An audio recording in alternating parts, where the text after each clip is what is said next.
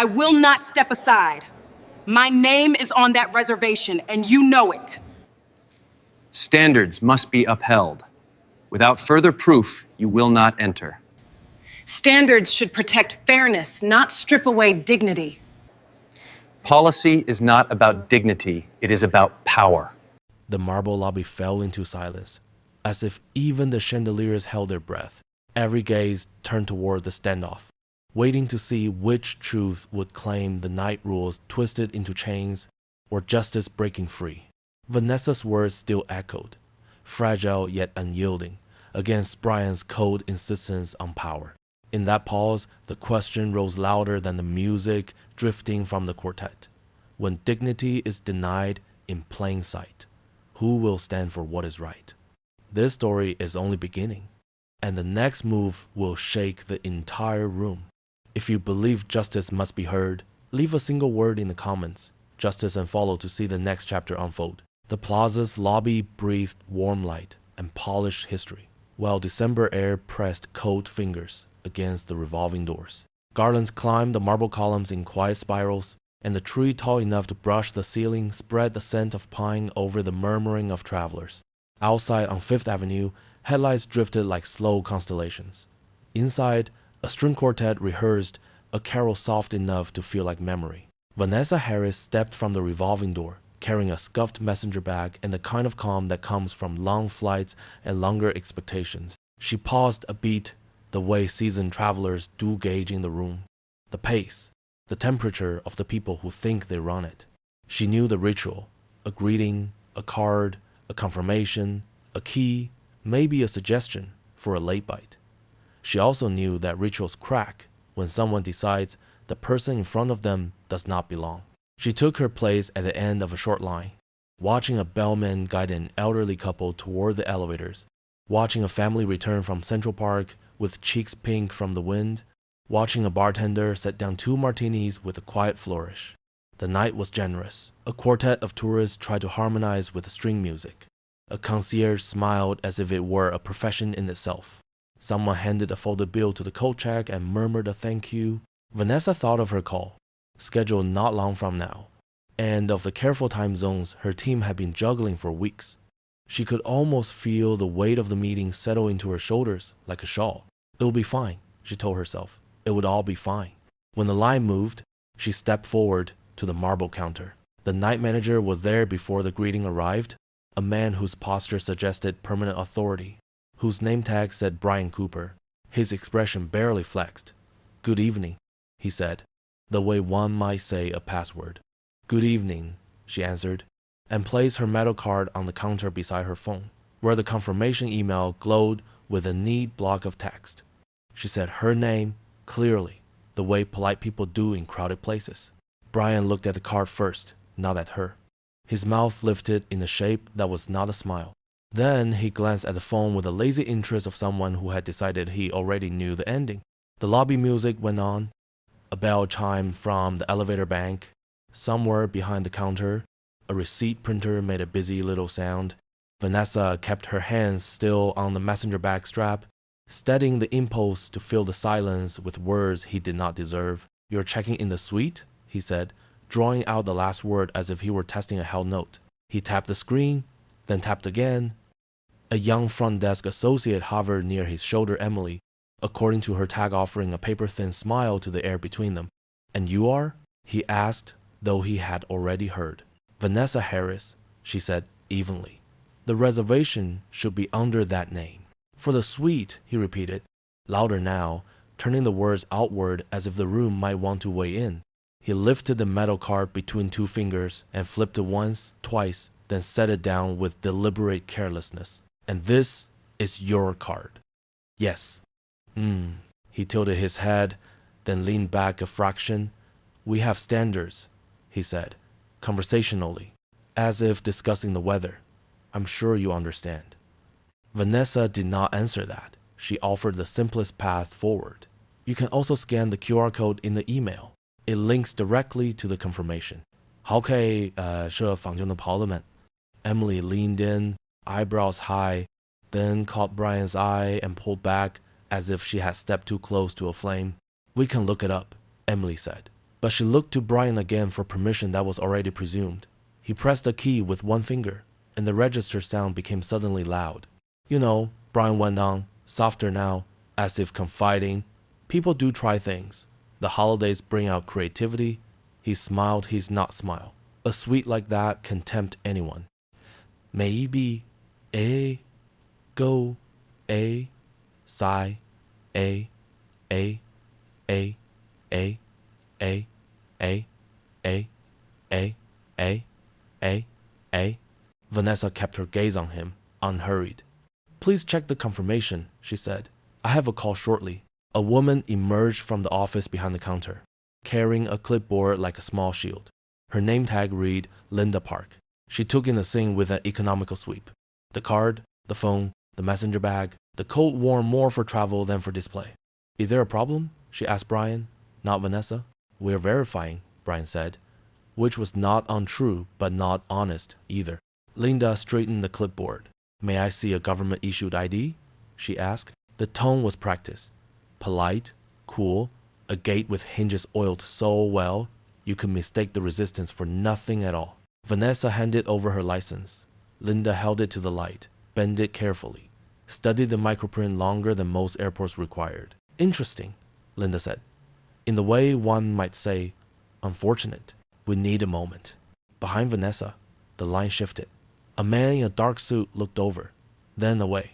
A couple glanced up from their phones. The bellman resurfaced and drifted past with a soft "pardon me," the cartwheels murmuring on the marble. The lobby's music kept its courteous distance.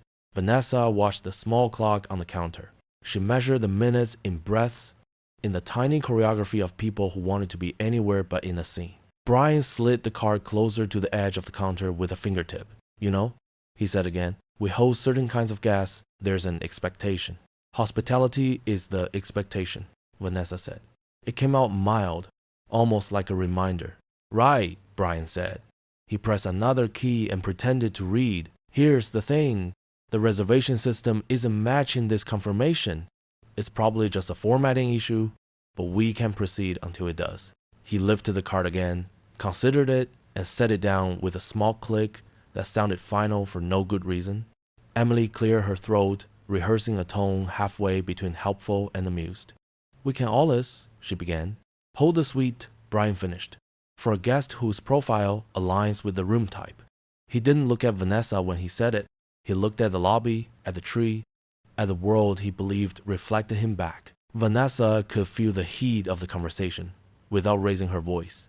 There is a moment when the hallway grows smaller, when the floor tilts, when someone builds a story about you in front of you, plank by plank, and dares you to interrupt. She thought again of the call, of time zones, of the effort it takes to build a bridge, and the ease with which someone throws a pebble and calls it a wall. I would like to speak to someone who can resolve this, she said. You are, Brian answered. I'm the night manager. Linda tapped the ID with a manicure nail and passed it back, not quite meeting Vanessa's eyes. I'm afraid we're going to need additional verification, she said. And the Swede, well, we have to be careful with our brand. This is the plaza. A quiet shifted through the lobby, thin as smoke. The bartender looked up and then down. The quartet moved into a new carol. A child asked a question too loud and was hushed by a parent. A family near the window sipped hot chocolates, with a concentration of people who have found a small island in a storm they do not understand.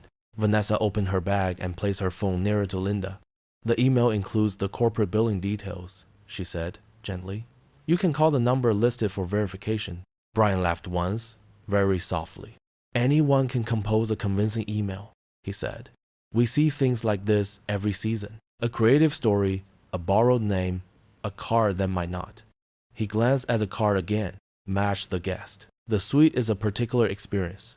The experience, Emily echoed, as if the word itself were a credential. What you're experiencing, Vanessa said, is a reservation that has been guaranteed for weeks. Brian's gaze slid again to the messenger bag, to the travel-worn sneakers, to the coat that was warm, not rich. He made a decision in his face first, then in his hands. He lifted the metal card, held it up, and turned it on its side as if testing its truth by weight. Then, With the ease of someone performing a trick he had already admired in the mirror, he let it fall to the marble and set his polished shoe upon it. The lobby, generous a moment ago, grew narrow. There was the smallest sound, not quite a scrape, not quite a sigh. A couple of guests inhaled in unison. Someone whispered an "oh" that tried to disguise itself as a cough. Emily's mouth tucked upward, uncertain whether this was entertainment or lesson. Linda kept still, the clipboard a steady horizon. Vanessa looked at the card under his shoe and did nothing dramatic. She was not a person who performed for strangers. The calm did not abandon her. It took a deeper seat and waited.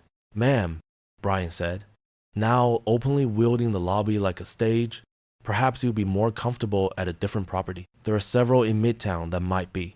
He paused, as if shopping for a word, then settled on a better fit. A bellman passed and slowed, discomfort written cleanly across his face.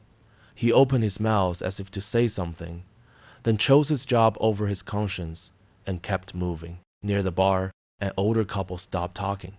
The woman's lips pressed into a pale line. The man reached for his wallet, left a tip for the bartender, with the deliberation of someone who needed to do one thing right before they left something wrong behind. "I have a call to make," Vanessa said. "I will need a quiet space and a reliable connection. The reservation includes both." Linda folded one hand over the other. "As I said, we need additional verification," she repeated, calm as snow. "Until then, we cannot release the key." "Aye." The quartet reached the bright part of the carol and held it a second longer than necessary, as if collective breath could shift outcome. The tree lights twinkled their steady defiance. Outside, a taxi honked, the sound softened by glass and distance until it felt like a memory of a horn. Vanessa looked at the small clock again and, for the first time, allowed herself to calculate how many minutes, how many steps, how many things to say to whom if this turned into a different kind of night. Brian lifted his shoe at last and nudged the car back toward her with a tip, a gesture that aimed for courtesy and landed in contempt. The metal edge caught a seam in the marble and clicked as it cleared. "Security can escort you to the lobby cafe if you like to sit," he said, as if offering kindness. "They have decent coffee." "Decent coffee," Emily repeated, not quite aware she was echoing. "That won't be necessary," Vanessa said. She allowed the words to settle on the counter like a folded scarf, soft but present. She offered no explanation, no protest, no seminar about what was happening. "The thing about the ritual is that people notice when you refuse to play your part." A family trailed in from the cold, cheeks bright, carrying paper bags that smelled like cinnamon and butter. The father brushed snow from his shoulders and apologized with a small smile to the person whose path he crossed. He left a folded bill in the bellman's palm with a nod of thanks. Life continued with its tender mechanics even as a smaller, sharper story unfolded at the desk. A concierge glided past with a binder and the air of a promise. The bartender gathered empties and wiped the marble with an efficient circle, then paused, eyes flicking to the scene. Polite concern kept in check by training. Someone near the windows debated aloud whether to order late-night room service and laughed quietly at the extravagance of it. The hotel promised a world in which everything found its level. The lobby was learning that level's shift. Vanessa breathed once, then again. There was a layer of exhaustion under her ribs that had nothing to do with travel. It was the kind that grows when a person is required to dress dignity in paperwork and call it proof. She did not let that heaviness show. She adjusted the strap of the messenger bag, the way one might adjust a thought. A voice behind her said, "Is there a problem?" It was the kind of question good people ask when they know the answer. Brian did not turn. Linda did not either. Emily's eyes flicked up and away, up and away. "There's no problem," Brian said, still watching the room, watching him. "Just a guest who seems to have made an error." Vanessa allowed the word guest to hang there like a coat on the wrong hook. She had learned over years of meetings and mergers and late-night flights that most rooms believe the first story they hear. The second story must be told with patience, not volume. She gathered her phone and her card and looked, for a moment, at the tree the way lights insist, the way 1,000 small bulbs can make a dark ceiling look like the inside of a wish. Then she moved not far and not fast. She reached toward the floor with care, the way a person does when they refuse to imitate the insults they receive. Vanessa bent to pick up the card, her eyes steady as if waiting for the exact moment to answer back. Snow kept whirring the glass like a patient drummer, a soft white tapping that threaded through the lobbies, music, and the hum of late-night conversation. The plaza's air held a warm scent of clove and orange peel from the garlands. Those who had found their chairs let winter slide off their shoulders. Those who had found a grievance made it their coat. Vanessa stood at the counter with her messenger bag settled against her hip and her hands open at her sides.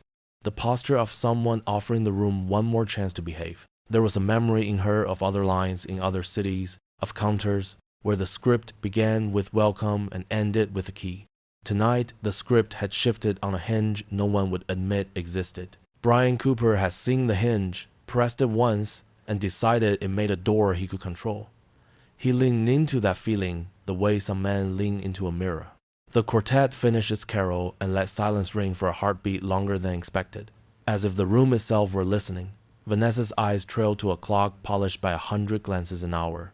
She counted in gentle numbers, not to panic herself, but to measure the work left to do. Somewhere across the world, colleagues were pouring tea, checking slide decks, waiting to greet her voice. She favored preparation, not spectacle, yet spectacle had found her. Linda Park stood with her clipboard at a precise angle, hat slightly cocked, voice tuned to neutrality. "We appreciate your patience," she said without moving her eyes. "We're still reviewing the reservation details." "Of course," Vanessa replied. The words were cool water. "The email carries corporate billing. There's a contact line for verification." Linda did not pick up the phone. "Sometimes those lines route to third parties," she said. "It can be misleading. Sometimes front desks make assumptions," Vanessa said, gentle as a caution sign on ice. Emily Ross lingered within Brian's shadow, her hands whirring the edge of a laminated pamphlet that advertised skating at Woman Rink and carriage rides down Central Park South. Every few seconds, she tried on a smile that did not fit and set it back down. "We do have to be careful," she offered, eyes darting either side of the counter like a bird checking for hawks. "Careful is good," Vanessa said. "Careful is thorough, not theatrical." Brian's laugh clipped the air. "Theatrical?" he repeated as if she had paid him a compliment. "Ma'am, we are responsible for a certain standard. Imagine letting anyone claim a suite. Imagine the president." "I was a president of honor," Vanessa said. "You scan, you confirm, you welcome. It is not complicated." He looked at her messenger bag, the way a customs officer looks at a suitcase too old to contain something valuable. "We need to see a second form of identification," he said. Vanessa slid a business card forward. "This lists the corporate office," she said. "If the number on the confirmation makes you uneasy, call this line. Ask for night operations." Brian nudged the card back with a fingertip, as if it might carry a smear of inconvenience. "We'll stick to our process," he said. "We cannot be tricked. It happens more often than you think." A man at the lobby bar watched with the stillness of someone who had seen too much and learned that speaking at the wrong moment snapped more than silence. He sipped something brown and warm, then reached into his pocket and tipped the bartender without looking down. A woman near the tree closed her paperback, slid a ribbon between the pages, and turned her chair a fraction, the better to follow what the room had decided to witness. The bellman, thin and careful, rolled a cart toward the elevators and paused just long enough to offer Vanessa a look that said, "I see you." He could not do more and keep his job. In America, this is how courage often arrives small and risky and disguised as politeness. Vanessa let her breath lengthen. The trick was to let the insult thud against something softer than anger. Anger is an eager partner. It learns everyone's name and says them loudly. Dignity moves in quieter shoes. "Miss Park," she said, addressing Linda the way leaders address other leaders, granting a rank before it is earned. "You will want to document how this is handled. A call is scheduled shortly. We can sort the room now, or we can sort the consequences later." 好是 Linda shifted the clipboard and finally looked directly into Vanessa's face. For a blink, her eyes softened, then retreated. "We have our policies," she said. "I'm asking you to respect them." I am asking you to respect me, Vanessa said. And the sentence did not raise its voice to find the room. A couple in evening wear drew closer, wrapped in black wool and the leisure of people used to being welcomed. The woman murmured to the man, "Do you think she's in trouble?" The man said, "Maybe she caused it, the way people do when their imagination is a mirror." Snow pressed harder at the windows. Fifth Avenue's traffic slowed into the patience of winter. Headlights smearing gold on wet pavement. A delivery person hustled through the doors with cardboard boxes marked fragile, nodded at the security guard, and kept going.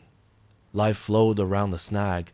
Brian pinched the bridge of his nose, then let his hand fall, as if he were the one suffering an inconvenience. "Emily," he said, "go ahead and hold the suite. We can't leave that category vulnerable. If our platinum profile arrives, I want no obstacles." Emily pressed her lips together, pulled up the screen, and hesitated. "Do you want me to cancel the current hold?" she asked, keeping her eyes on the monitor as if eye contact were a fire alarm. "I want you to protect the asset," Brian said. His voice carried to the couch where a teenage boy had been pretending to check highlights on his phone and was now recording. "We are not a charity." Linda lifted Vanessa's license again and set it down in the precise place as if she were hanging a picture on a nail. "You could wait in the lobby, Kaffir," she offered. "They serve a decent espresso, and the Wi-Fi is complimentary." Jaden nodded calm. "It is not complimentary," Vanessa said, the corners of her mouth nearly, but not quite, smiling.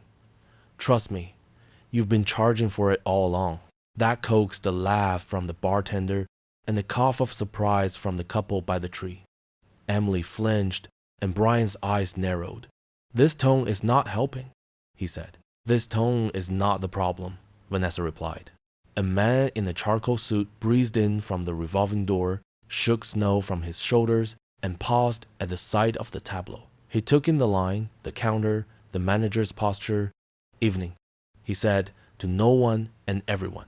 He drifted to the side, a little to the right of the scene, as if expecting to be needed. He was a businessman, the kind trained to enter a room and wait for the room to confirm his rank. "Security," Brian said, glancing past Vanessa. "Marcus, could you join us, please?" The security chief arrived with the even stride of someone hired to make problems smaller. Marcus Bell wore his uniform with a kind of neatness that spoke of respect, not for the suit, but for those who might need to trust it. He scanned faces, then settled on Vanessa's eyes, which did not slide away. "Is there an issue?" he asked, tone level. "We're dealing with a questionable reservation," Brian said. "We've asked for more proof. In the meantime, we're pausing access to the suite." Vanessa turned slightly so Marcus could see the confirmation on her screen and the card beside it. "The reservation is guaranteed," she said. "I have a conference call soon. I need a quiet space and a stable connection." Marcus leaned in to study the phone and the email thread. His jaw flexed, a small sign of a larger thought. "You attempted to confirm on the property line?" he asked Linda. "We are following policy," Linda said, which was not a yes. Marcus nodded slow, a rhythm that suggested he heard other music. He lifted a hand to his radio and let it rest there without pressing the button. "Miss Harris," he said, "if you'll give me a moment, I cannibal." "She can wait," Brian cut in, honing each word. "We cannot be bullied." "By a reservation?" Vanessa asked softly. It would have been funny if it were not so familiar. Emily's gaze flicked to Marcus, then to Vanessa, then to the cluster of phones now aimed with deliberate casualness. A college-aged girl on a velvet love seat mouthed to her friend, "Is this happening?" And her friend nodded, eyes wide. A breathless couple in puffer coats and knit hats tumbled in from the cold, cheeks bright, carrying a white paper bag from a bakery on Columbus Avenue. The father apologized as he threaded past the scene. The mother dug for a folded bill and tipped the bellman who had opened the door. The scent of cinnamon traveled a few feet and agreed with the garlands. Brian drew himself taller. "Miss Harris," he said, "if you cannot provide proper verification beyond the screenshot and the credit card, we will have to ask you to step aside. You are obstructing check-in for other guests. Other guests are watching how you define guest," Vanessa said. Linda looked down the counter in a move that disguised discomfort as duty. "We can ask our night auditor to review," she said quickly. "But it may take some time." "Of course it may," Brian said, eager to find cover in someone else's delay. Marcus cleared his throat, not loud, but with intent. We have procedures for disputes, he said. We also have procedures for ensuring all guests are treated with equal respect. Procedures are not the point, Brian said. Standards are, wait, amen. The difference matters, Vanessa said. Emily swallowed the question. It reached her lips and darted back, like a fish, feeling the tug of line. She placed her palm on the desk, near the bell, a small act of grounding. Someone near the tree finally broke their quiet. The woman who had slid the ribbon into her paperback said, "Not to the room, but into it. She gave you what you asked for." It was a sentence released with the caution of someone unaccustomed to raising her voice in other people's houses. Brian turned toward her with a smile that belonged to a brochure. "Thank you for your concern," he said. "We've got it under control." The businessman in the charcoal suit shifted his stance so that the light caught his tie clip. He stepped forward a fraction, then thought better of it. He had the look of someone calculating risk and reward and finding the math personal. He caught Vanessa's eye and nodded once. "I see. I may be needed. I am considering how much of me to spend." Vanessa glanced at Marcus. "You have an employee handbook," she said, calm as a closing door. "You might find section 14.3 instructive." Marcus blinked. The numbers placed themselves in his thoughts like magnets clicking home. He did not reach for his phone yet, but his posture shifted from neutral to attentive. Linda's pen hesitated over the clipboard, a comma where a period had been certain. Brian's mouth flattened. "Please stop attempting to tell my staff how to do their jobs," he said. "This is not a community center. This is the plaza." Vanessa let the sentence stand beside her like an uninvited guest and did not introduce it to anyone. The lobby seemed to tilt 2 degrees, the way a boat does when a large man walks from one side to the other. It was not seasickness. It was awareness. She thought of her colleagues across the ocean, of their courtesy, of kettles heating water at careful temperatures, of documents open on screens with tabs named for clarity and not confusion. She thought of one woman in particular who would be watching the little green dot that meant connected. It steadied her. Marcus murmured, "Miss Park, will you join me for a quick check in the back?" Linda gave Brian a look that was part request, part warning. He waved a hand, annoyed that anything might be handled where he could not narrate it. Emily leaned closer to Vanessa and spoke out of the corner of her mouth, a whisper auditioning for courage. "I can bring you a glass of water," she said. "Thank you," Vanessa said, grateful, as if Emily had offered a bridge. The water arrived, cold enough to set the glass sweating. Vanessa held it in both hands for a moment, then set it aside without drinking. She did not want even the appearance of needing something from the wrong person. Brian addressed the room again, loud enough for the lobby to hear.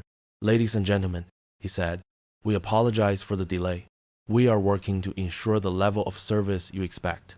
Thank you for your understanding." The man at the bar said to the bartender, "That's a speech." And the bartender replied, "It's a habit." Linda returned sooner than Brian expected, followed by Marcus. Their faces were not rehearsed. Marcus' gaze found Vanessa's and held there, not with apology but with the weight of someone who had just set down a piece of knowledge heavier than it looked. Brian sharpened his tone, mistaking suspense for control. "Well, we're still confirming," Linda said lightly. Then, unable to help herself, she added, "There's more to review." "Exactly," Brian said with relief. "So, Miss Harris, if you'd be so kind as to step aside." Vanessa stayed where she was, exactly where she had begun. She did not lean forward, she did not lean back, she let the room do the leaning. The string quartet picked up a melody everyone knew, and the lobby hummed under it like a city under snow. The businessman in charcoal finally moved. He approached with the kind of respect that can be heard. "Pardon me," he said, to the counter and the air behind it. "I'm a guest. If there's a question of verification, perhaps I can speak to the fairness of what I'm seeing." "This doesn't concern you," Brian said, with the host's smile sharpened to a blade. "It concerns the lobby," the man said, "and I'm standing in it." The line accepted this as theater and as news. A tourist in a knit cap lifted his phone higher and pretended to admire the ceiling. Vanessa kept her voice low. "Mr. Bell," she said, letting Marcus hear his name from a place of respect. practices matter when policy fails. The handbook is a good place to begin. Brian exhaled dramatically. This is becoming absurd, he said. We have a standard to maintain, and we will maintain it. Miss Ross, please finalize the hold. Emily's finger hovered over the key that would move the suite into someone else's column. Her throat worked around the word that was not ready. Vanessa looked at the clock. Only 10 minutes before the important call. But the suite door still stood closed in front of her. Sophie Nguyen had the habit of noticing the moment a room tilted, the split second when courtesy turned into something colder. She had come in from the Fifth Avenue lights with a scarf still bright from the street, settled on a velvet chair near the tree, and watched the counter conversation harden into a lesson she did not want to learn again. She lifted her phone with the ease of a musician raising a bow. The lens found the marble, the garlands, the metal card, the manager's posture, and the woman who refused to shrink.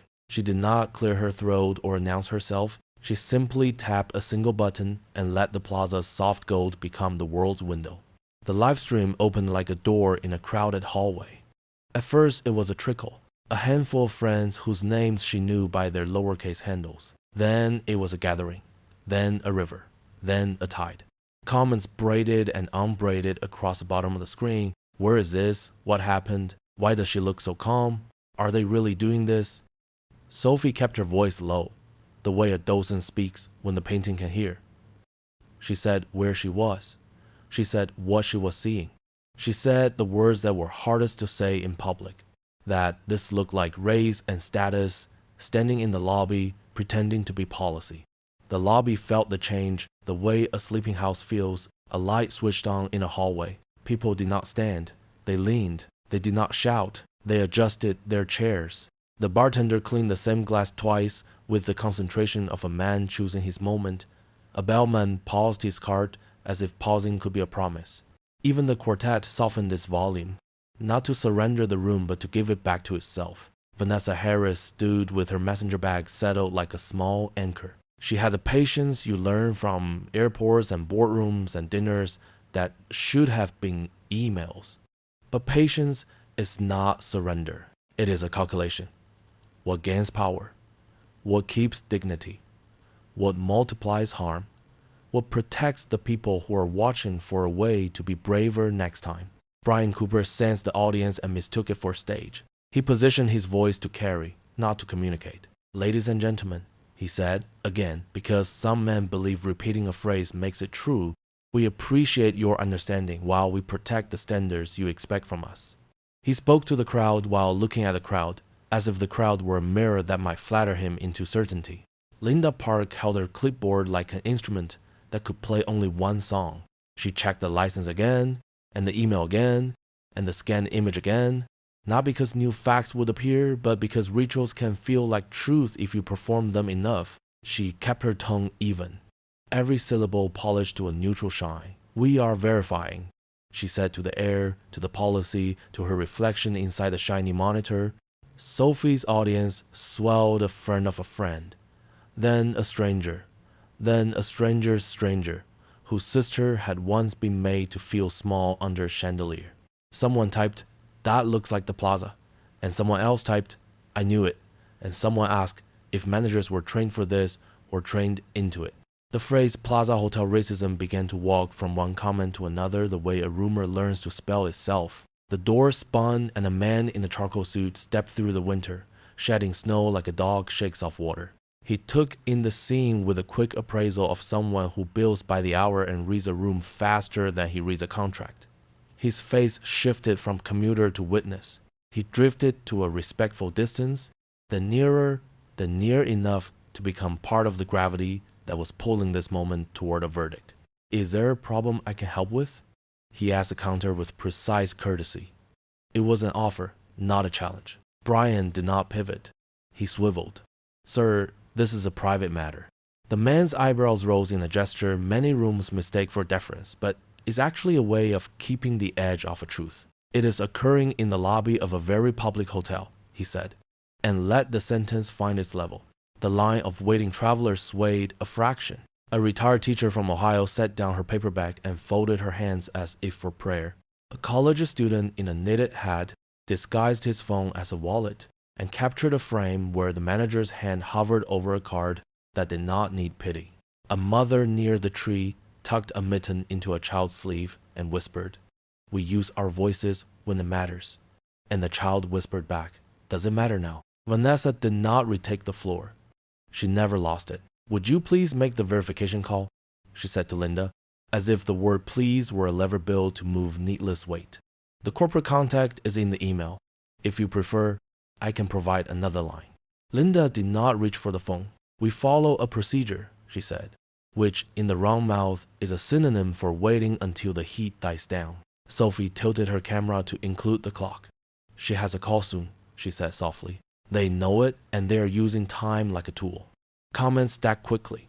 "Give her the room, call the number, stop making this woman prove herself twice. I am never staying here again." Someone typed, "This is why I filmed my own check-in last month." And someone else typed, "Do they think money has a color?" Emily Ross stood 2 steps behind Brian and wanted to be 1 step further forward.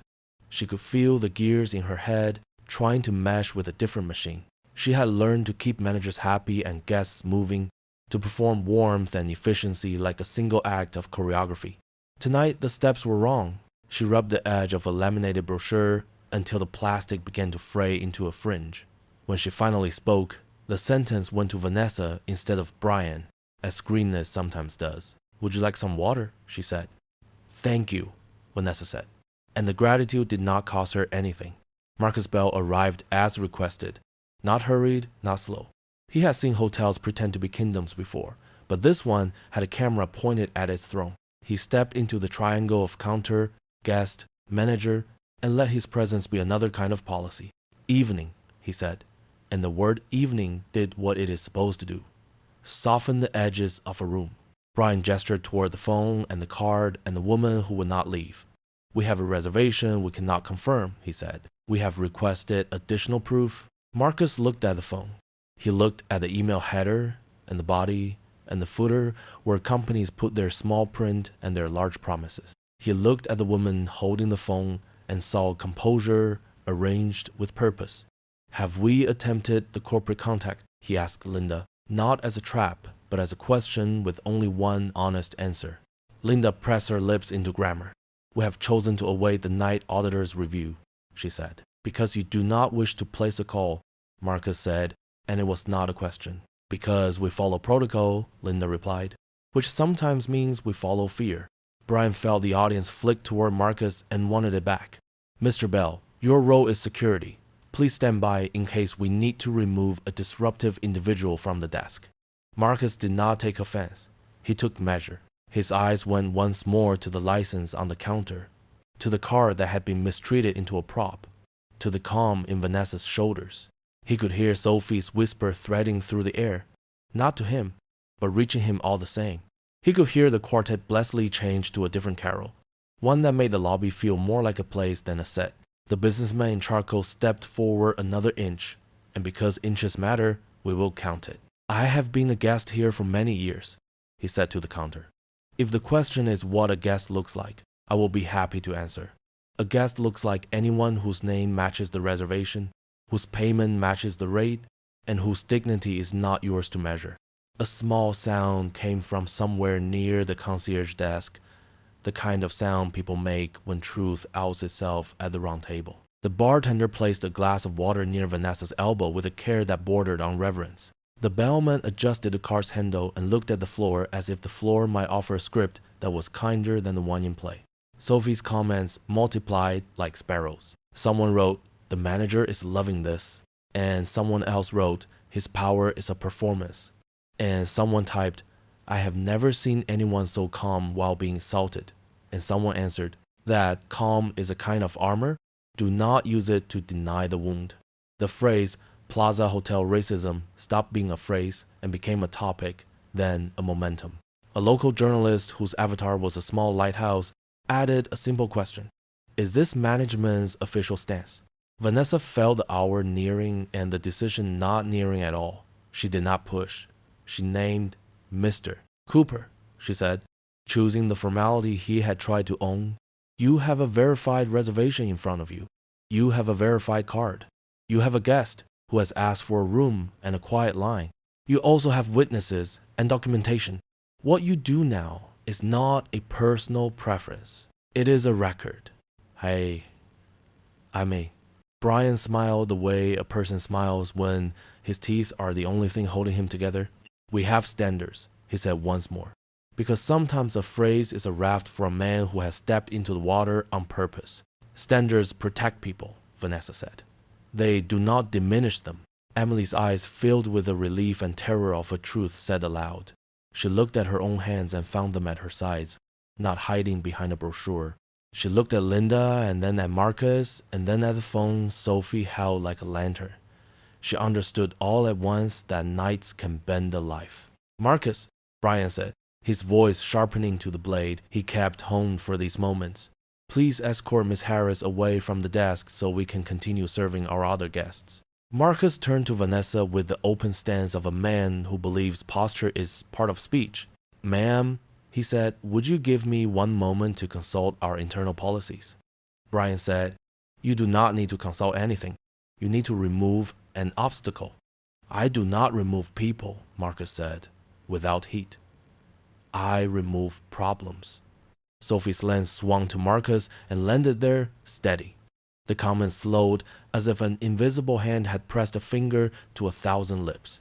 The businessman in charcoal took his inch and added another. Officer, he said to Marcus, as if law might be contagious, I hope your handbook defines dignity as clearly as it defines liability.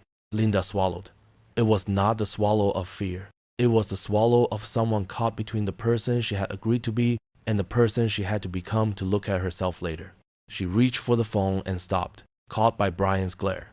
Her hand hovered there as if hovering could be a choice. The mother who had whispered to her child lifted her chin and spoke at a volume the lobby could not pretend to ignore. I think we all know what this is, she said, and we should say so. The child watched her with the wonder children reserve for witnessing an adult do something brave. Brian turned toward the woman with the manager's polished frown. We do not take commentary from the floor, he said. We run a hotel. Raise are and done are and. You are running it into a camera, the businessman said, and the sentence hung like a bell that would not stop ringing. Vanessa's gaze moved from face to face, not to judge them, but to invite them into their own courage. She was aware of the minutes, of the meeting half a world away, of the tea cooling in porcelain cups, of a colleague checking a clock and promising grace she was not obligated to grant. She was also aware of something older than minutes, the slow work of changing a room by refusing to be less than whole inside it. Emily drew a breath and did not speak. Sometimes a withheld sentence is the only rebellion a junior employee can afford. Marcus took one step closer to the counter, set his hands lightly on the edge as if the marble were listening, and squared his shoulders to the problem, not to the woman. Sophie, barely more than a whisper now, said into her phone, if you are watching, bear witness with respect. The comments shifted. Fewer jokes, more truth. A thread of offers. I am an attorney, I can advise. I am a reporter, I am here. I am in the lobby too. I am coming over. Vanessa did not raise her voice. She did not need to. She knew exactly where the fulcrum was and exactly how much pressure would move it. She turned her head slightly so her words reached the one person in the room whose authority could become integrity with a single decision. Marcus Bell looked at Vanessa, a little hesitant, when she gently reminded him. Do you remember section 14.3 in the employee handbook? The lobby held its breath the way a theater does when the curtain trembles, when everyone knows the scene is about to turn. Marcus Bell stood square to the counter, hands resting lightly on the marble as if the stone itself were taking notes. He glanced once at Vanessa, then at Linda, then at Brian, and finally at the small clock whose polished rim had been measuring the night in steady heartbeats. Snow worried the windows. Fifth Avenue traded one ribbon of lights for another. The quartet softened their bows and let the melody settle into the floorboards, as if music could pad the fall of whatever came next. Vanessa did not raise her chin to look taller. She lowered her shoulders to look calmer. She drew a folder from her messenger bag, no flourish, no drama, the simple motion of a person retrieving the right tool for a job. Inside were papers that smelled faintly of toner and long hours. They were not props. They were receipts of a different kind. "Mr. Bell," she said, and the quiet of her tone did not ask permission. "Please read section 14.3 in the employee handbook." She slid a printed page across the counter. It was a copy, but it might as well have been a mirror. Marcus read with the care of someone who knows that words can catch or cut depending on how you hold them. Anti-discrimination, equal access, immediate review with authority to act. He read the phrases aloud, warm but exact, so the lobby could hear that policy, when spoken, sounds a lot like promise. He nodded once, not to anyone, but to the text. "I know this section," he said. Brian tried to laugh and found that laughter was not available to him at the moment. "Anyone can print a page," he said, impatience threading through his vowels. "We are not going to be intimidated by paper." "That's not paper," the businessman in the charcoal suit said pleasantly. "That's accountability." Linda's shoulders tightened as if she were bracing for a gust. She glanced at the copy, then at Vanessa's face, then at Sophie's camera lens, which had become a small, steady sun around which the scene now orbited.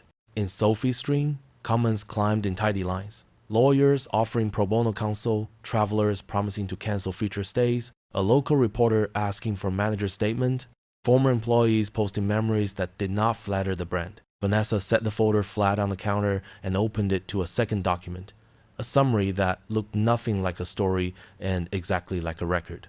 "These," she said, "are aggregate reports from guest relations and human resources across several properties. They describe patterns that are not worthy of this hotel." She did not say your hotel or my hotel. She let the building decide where it wished to belong. Brian rolled his eyes toward the chandelier and back as if hoping the crystals would shower him with an idea. "We don't adjudicate rumors," he said. "Rumors do not come with timestamps and case numbers," Vanessa replied. Her voice was a steady line drawn with a good pen. "Mr. Bell, will you please connect the lobby monitor to the conference input?" Marcus hesitated for the breath. A principled person allows himself between knowing the right thing and doing it. Then he nodded and moved with professional economy. He keyed his access at the media panel, switched sources, and looked to Vanessa. She placed her phone beside the port and tapped once. The monitor above the concierge desk blinked, then filled with a simple slide that carried the hotel's mark and a line of text large enough for the people under the tree and the people over by the bar to read. Guest dignity review. Summary of findings. Linda's clipboard lowered a fraction. Emily's lips parted. It was as if the room had grown a window where a wall used to be. The bartender forgot the glass in his hand and remembered to breathe. Even the quartet found a phrase they could hold without intruding. A low, sustained chord that felt like the sound a room makes when truth finds a microphone. Sophie angled her phone to capture both the monitor and the counter. Her audience swelled in tidy numbers. She did not read aloud.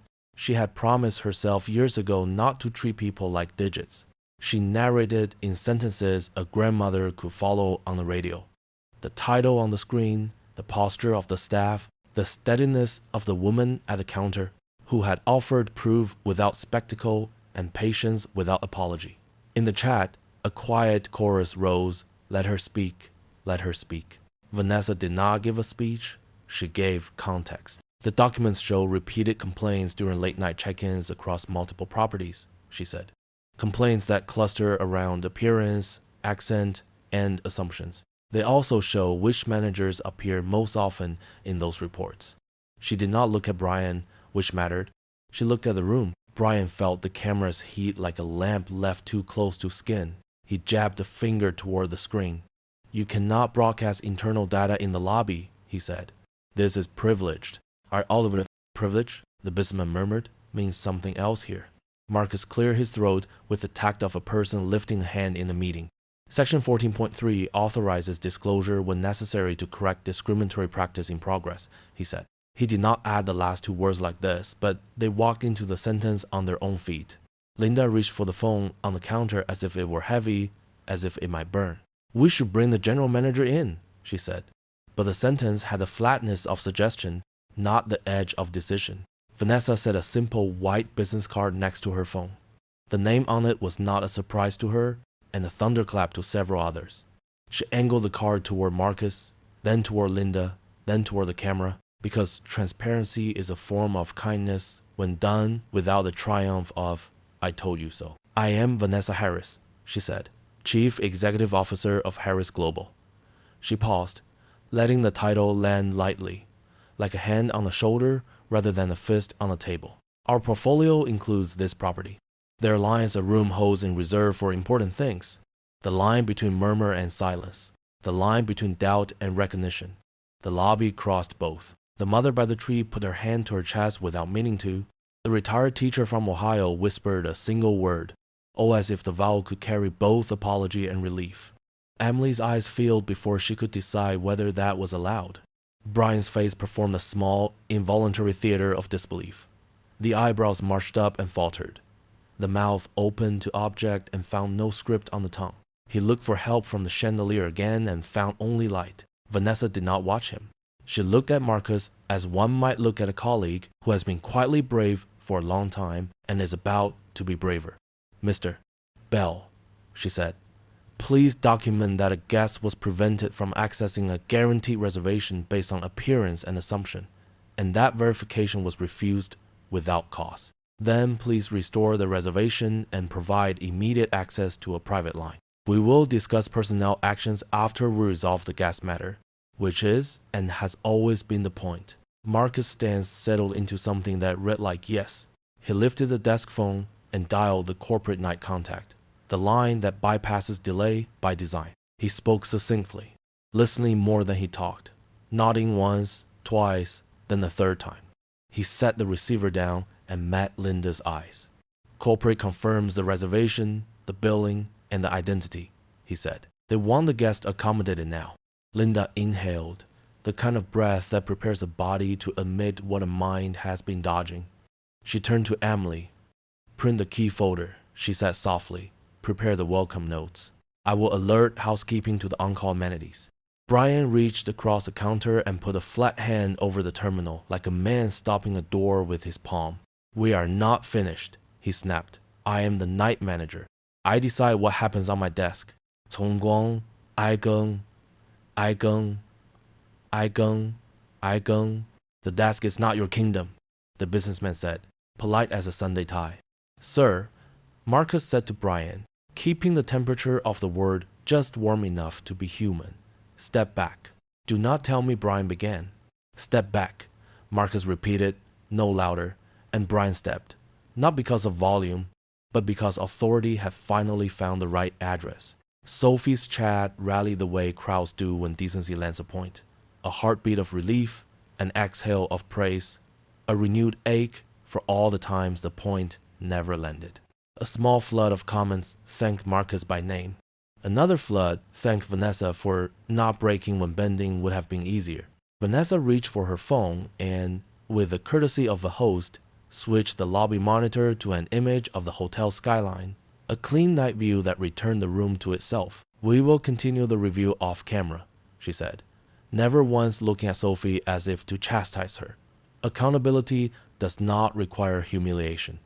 The bartender set a fresh glass of water on the counter and said, more to the air than to anyone. That's how you do it. The bellman allowed himself one nod so small it would not show on video. The mother by the tree squeezed her child's mittened hand. The retired teacher placed her paper bag on her lap and let her eyes rest on Vanessa with a tenderness usually reserved for granddaughters. Linda gathered her clipboard like a penitent gathers a book. Miss Harris, she said, almost a whisper, I will personally escort you to the suite. Thank you, Vanessa said. Please also note the time we lost. A partner team is waiting on a call. We will make it from the room as soon as the line is secure. Have your was a have your was a phone man? Ball of phone man. Emily's hands trembled as she slid the key folder into place, a tremor that announced change like the first leaf in the wind. She looked up as if asking permission to speak. Vanessa met her eyes and gave a small nod that said, not now for apologies, now for actions. Brian's jaw worked as if chewing through rope. You cannot walk in here. He let the sentence dangle, as if language itself had left him for a warmer home. He reached for the card machine again, found Marcus' hand there first, and withdrew with a hiss of breath that did him no favors. Mr. Cooper, Vanessa said, using his name like a bookmark that will soon be replaced by a different chapter. We will discuss your conduct in a formal setting. For now, please stand aside while your team does its job. Now, Wei. He looked at the circle of faces. Linda's resolute, Emily's wet with effort, Marcus steady, the businessman's calm, Sophie's lens unblinking. A lobby full of witnesses whose gazes had traded passive curiosity for civic attention. He looked at the tree, he looked at the floor, he looked at the card he had scuffed earlier and seemed to see, for the first time, his own reflection in his polished face. Vanessa gathered her folder and slipped it back into the messenger bag. She checked the small clock not with anxiety but with intent, as if aligning the next movement of music.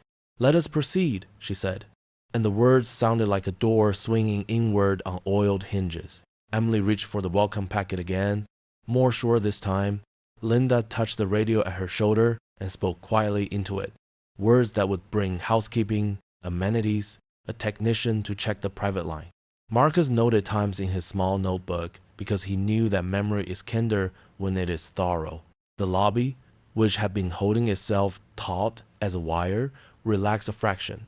People released breaths they did not know they had trapped. Someone near the bar murmured, "About time," and someone else said, "There it is," as if justice were a familiar face arriving late but intact. Vanessa stepped back from the counter, leaving space that felt like a gift. She did not smile. She offered the room something steadier than triumph, the sight of a person staying whole. Her calm was not the absence of heat, it was the control of it. Then came the fallout that always follows the first truth. Phones buzzed. A headline seed planted itself in the reporter's draft. A guest sent a message to a family group chat that began, "You will not believe what just happened under the tree." In another part of the city, a night shift worker on a break lifted Sophie's stream and felt less alone. In another part of the world, tea cooled a little further as a partner team waited for the call that would arrive with an explanation that mattered more than the agenda. Vanessa looked once more at Marcus and offered a thank you that did not perform. It simply existed. He answered with a nod that meant you made it easier to do the right thing. She turned to follow Linda toward the elevators.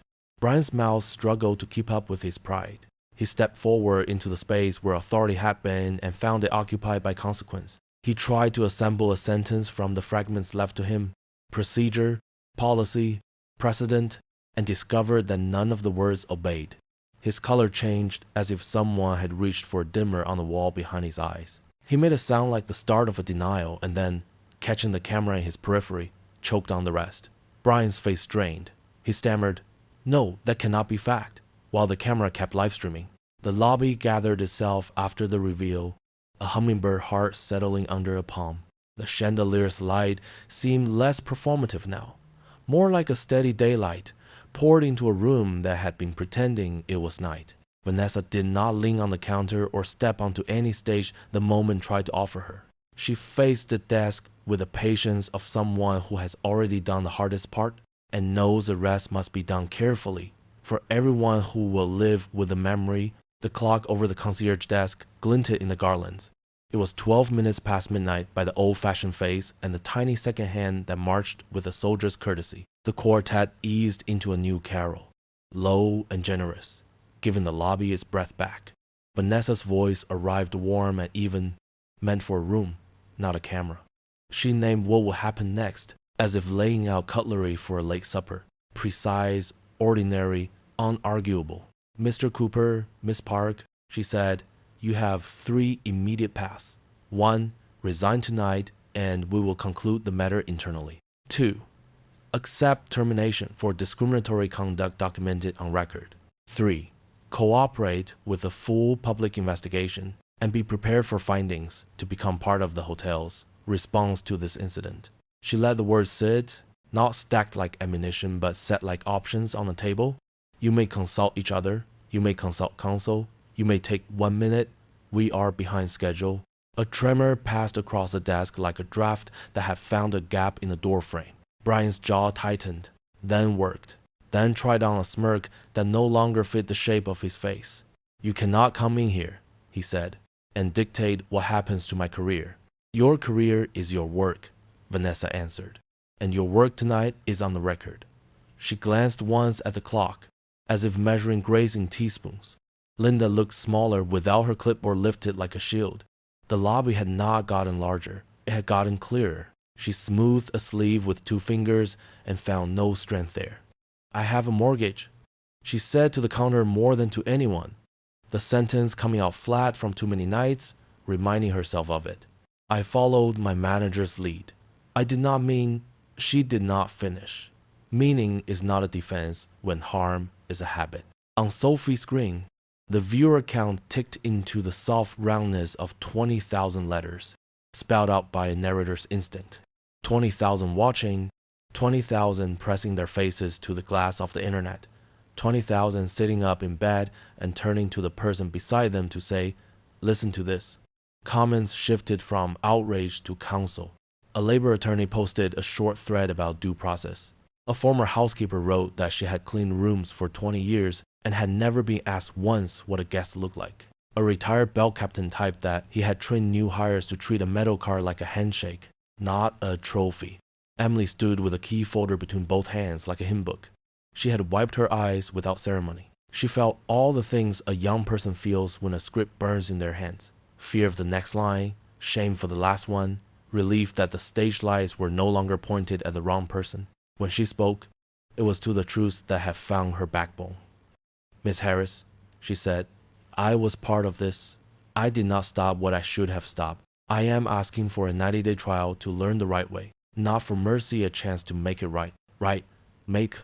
Vanessa inclined her head, gratitude passing over her face the way a lighthouse casts a slow, steady beam. "You will have a 90-day probation with mentorship if you accept the training and the accountability that come with it," she said. "Change is not a speech, it is a schedule." A man at the bar placed a small stack of bills under his empty glass, tipping as if gratitude could help a room balance itself. A woman by the tree tucked a scarf around her child's neck, even though they were not leaving yet.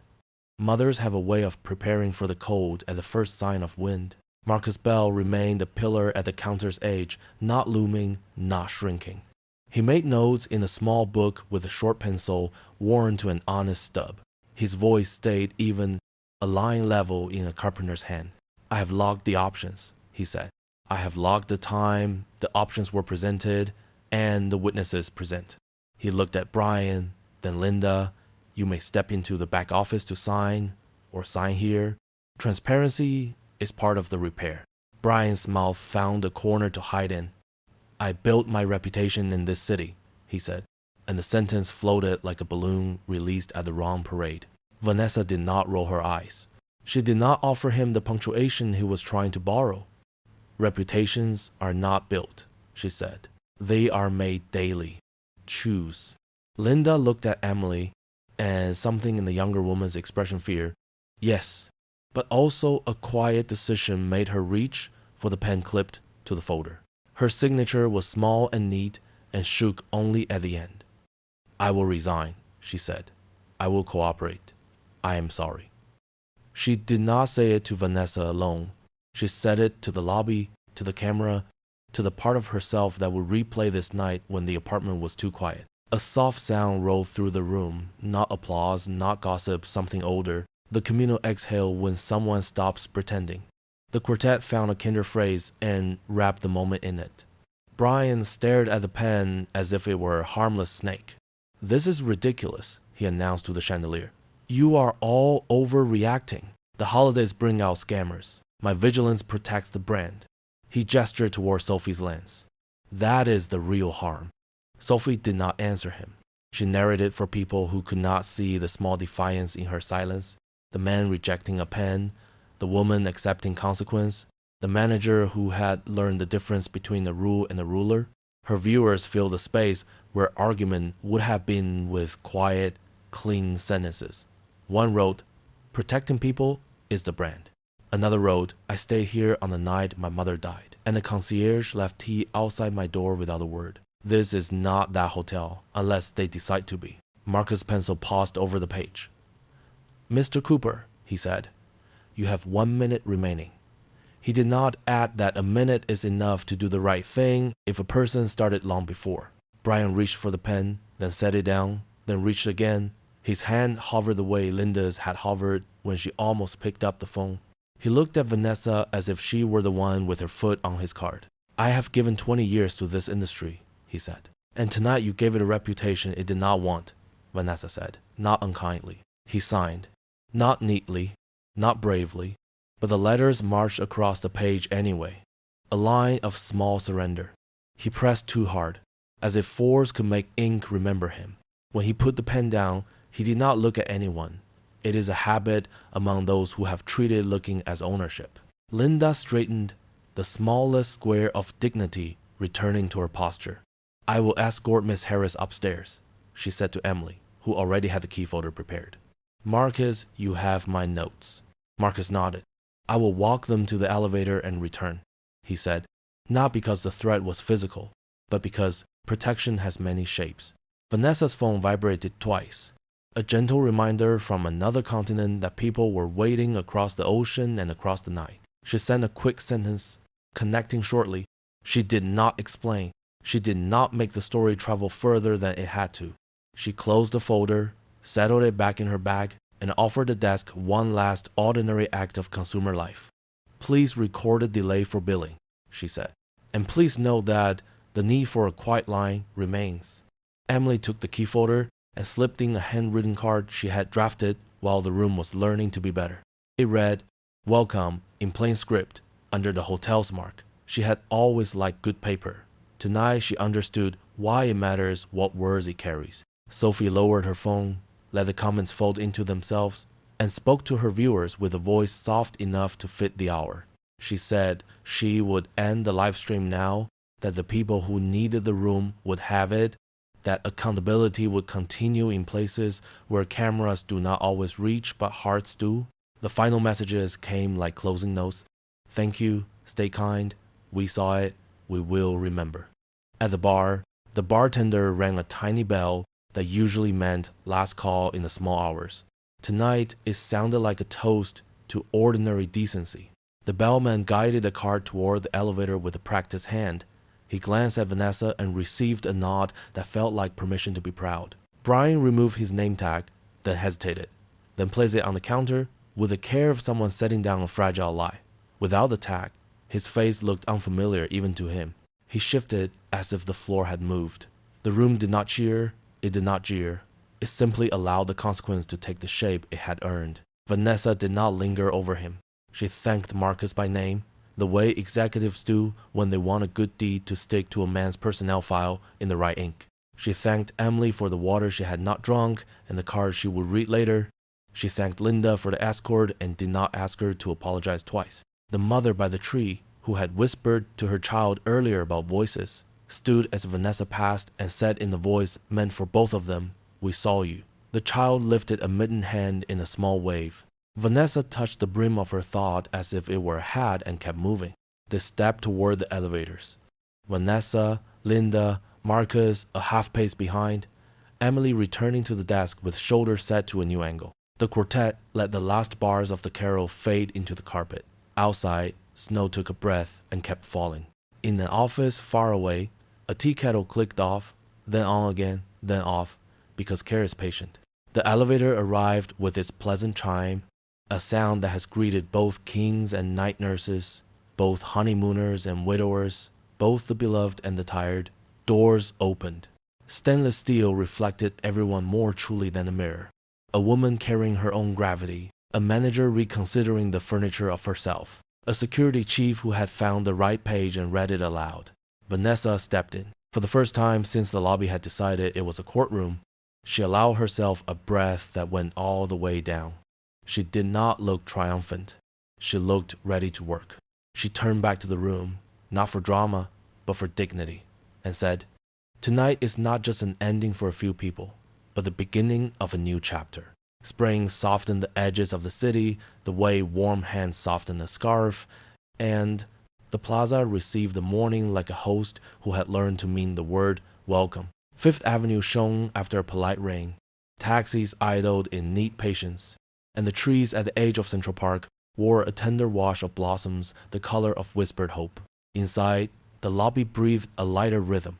The garlands and the winter tree were gone, replaced by pale flowers in white glass bowls and the low hum of travelers who sounded less like a crowd and more like a choir of separate plans. The brass plaque on the marble pillar had been polished until it held its own soft light. In recognition of the dignity owed to every guest, it was not decoration. It was a promise. Vanessa Harris stepped from the revolving door with the quiet presence of someone returning to a room she had repaired rather than conquered. Her messenger bag rolled easy on her shoulder. She paused for the briefest moment the way seasoned travelers do, measuring the temperature of the place, listening for the note that tells you whether a lobby is a stage or a welcome. It sounded like welcome. A bellman accepted a suitcase with a nod that felt like respect rather than routine. The barista at the lobby caption handed a cappuccino to a retiree from Florida, and the woman tucked a folded bill beneath the saucer with the gratitude of someone grateful to be seen. A family from Queens shared a paper bag of still warm bagels, sesame seeds, finding their way to the marble one by one, like small, crunchy footprints. Ordinary kindness had become the house style. Emily Ross crossed the floor with an ease that was new and entirely earned.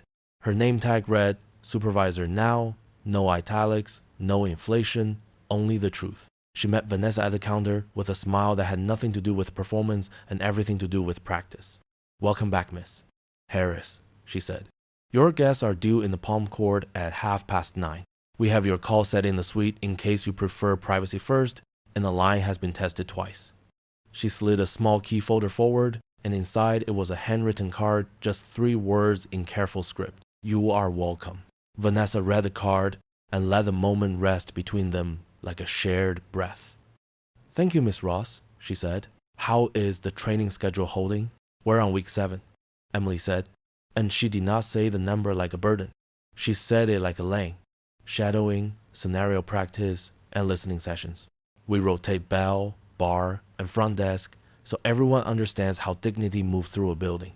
We finish each day with a 5-minute debrief. Mr. Bell calls it clearing the lobby in our heads. What? As if summoned by the compliment, Marcus Bell appeared from a conversation near the concierge desk, the kind of conversation that ends with a handshake that means something. His title read Director of Guest Experience Now, but the word director had learned to be humble. "Morning, miss." "Harris," he said with the even warmth of a good radio host, just enough low register to steady a room. "We reviewed late check-in protocols again last night. The role plays are a little awkward for the first 2 minutes, and then they turn into good muscle memory. Muscle memory saves lives," Vanessa said, "and reputations." A man in a well-cut blazer paused on the threshold and gathered the lobby in with a practiced eye. His face was familiar from months ago. The businessman who had stood at a respectful distance and stepped forward 1 inch at a time until his voice was useful. Today, he looked less like a witness and more like a neighbor. He caught Emily's eye and offered a small salute with his coffee cup. "Good morning," he said, checking in for one night. Emily's smile was simple and real. "Welcome back," she said. "I remember you prefer a quiet room away from the elevator and a morning paper that actually prints words on paper." He laughed a short, delighted sound and left a tip before she could pretend she did not see it. She slid the key across the counter like a promise delivered. Near the windows, a different guest stepped in, and the lobby rearranged its attention in the way trained people do when care becomes habit. He was the entrepreneur who had once interrupted Brian with a question no one wanted to hear and everyone needed to answer. The concierge greeted him first. No hesitation. "Good to see you again," she said. "Your meeting in Midtown is confirmed. Your car is waiting when you are." He nodded, not surprised. There is a look people have when a place finally matches the story it tells about itself. He had that look. Sophie Nguyen moved through the space with a small camera cradled in both hands. The way you carry a candle when you mean to protect it from a draft. Her badge read Communications, not Influencer, and that difference mattered. She was filming a short piece for the hotel's community partners, a 2-minute window into the new training program and the quiet rituals that prevent harm before it needs to be repaired. She kept the lens at shoulder height, and when she introduced herself to guests, she began with the question, "May I?" People almost always said yes to that word, especially when it came without hurry. Vanessa watched a few seconds of Sophie's work and felt a private relief. The story had left the land of spectacle and found the steadier country of accountability. She moved across the lobby at an unhurried pace. greeting staff by name in a voice audible enough to travel, but soft enough to let the place keep its own rhythm. She stopped at the pillar with the brass plaque and checked the reflection, the way an architect might check a beamless for shine and more for soundness. It sounded sound. From the far side of the lobby came a small moment that would not trend but would register where it mattered. A guest whose suitcase had seen too many miles approached the desk with an apology in his posture. Emily stepped out from behind the counter to stand beside him rather than opposite him, and the question, "How can I help?" arrived as a teammate's offer rather than a test. The guest's shoulders eased. They found the solution in under a minute. No one applauded. The room did not need to. This was the work now small, repeated, and sturdy. A server from the cafe carried a tray past Vanessa and paused, sensing she was near enough to hear. "We added a tip-sharing option," the server said quietly, not to impress, but to inform. "Back and front of house together. It's going well." Vanessa nodded, the kind of nod people give when they see a line drawn straighter than before. By the elevators, a family posed for a picture, grandparents, grown children, a toddler clutching a plush giraffe like a passport. The bellman stepped out of frame and then back into it, at the grandmother's insistence. The photo caught a small constellation of faces that had nothing to prove and everything to enjoy. It looked like prosperity the way it is supposed to look, shared and unafraid. Marcus returned from a brief check of the call suite with a technician in tow. "Redundant line tested," he said. "Signal is clean, and we set a small signage at the end of the hall so no one wanders past and wonders if they should knock. Housekeeping placed lavender tea in the sitting room in case your guests prefer something gentler than coffee." Vanessa glanced at the clock, the old-fashioned face now cuddled by a ring of spring flowers. "Thank you," she said. "We will start on time." 最最看是失望的. A man in a museum logo jacket approached with a pamphlet about a new exhibit on American portraits. He had come to ask whether the hotel would host a small event that tied hospitality to history, how public places shape what we believe about who belongs. Sophie brightened and asked if she could film a few lines with him later. Partnerships were beginning to braid themselves art, labor, travel, and the common lesson that dignity scales. A door near the concierge desk opened, and the general manager stepped through to greet Vanessa with a handshake that felt like both apology and alliance. He did not make a speech.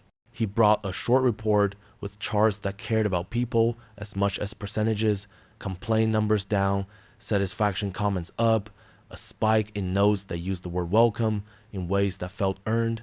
He pointed out a paragraph about late-night training, and his finger did not shake. Vanessa read, then signed the corner to mark that she had read it, not to claim it. "Keep measuring the quiet things," she said. "They matter." The businessman from earlier passed again on his way to the elevators, and he paused in the easy triangle formed by Vanessa and Marcus and Emily. "Looks different in here," he said with a half smile. "Sounds different too." Marcus tipped his head. "We switched the station," he said. "But the song is one most people already know." "Woman, the entrepreneur who had once spoken up at the worst possible moment for the best possible reason approached with a small gift bag. "For the training library," he said, handing Marcus a book of case studies from service industries that had learned the long way. "And for your notes," he added, passing Emily a smooth, heavy pen. She took it with a little laugh of surprise, the kind of laugh that makes a day run smoother. A quiet settle that was not the absence of noise but the presence of order. The lobby learned it could be comfortable without being complacent. Vanessa felt that comfort like a low hum. She touched the messenger backstrap with a private gesture of someone who measures moments not by their volume but by their usefulness, then turned toward the elevators where a technician waited to walk her up. Before she stepped away, she took one last slow look at the room, the plaque that said what needed saying, the staff who had traded posture for purpose, the guests who looked like a city and were treated like guests, the camera that had become a tool rather than a threat. She thought of the winter night and the old script, of all the rooms like this, in all the towns where people were trying to write something better, one policy at a time. Sophie lifted her lens for a final cutaway. The light caught Vanessa's face in a way that only honest places manage, without glare, without flattery, with a respect that does not ask for a return. Vanessa looked at the camera not as an audience, but as a witness that would carry this small message farther than the lobby could. Her voice was the same one she used in boardrooms and kitchens and quiet talks in the backs of cars, the voice that made people think of a chair pulled out and a cup of something warm placed within reach. Dignity is not a privilege, but the right of everyone. The morning light in that final chapter carried more than the promise of spring. It carried the weight of nights when dignity had nearly been lost, and the quiet relief of seeing it restored. What began as a single act of prejudice ended as a shared lesson, reminding us that justice is not thunderous. It often arrives in the still strength of those who refuse to bow. At its heart, this story tells us that compassion and accountability can mend even the most splintered places, and that forgiveness, when joined with responsibility, builds homes stronger than marble and brass. Much like a lantern set quietly in a window, a simple act of respect can guide us through the darkest corridors of life. Take a moment to notice the silent kindness around you, and if this story touched your heart, consider passing that warmth along to someone who needs it most, because even the smallest flame can light the path for many.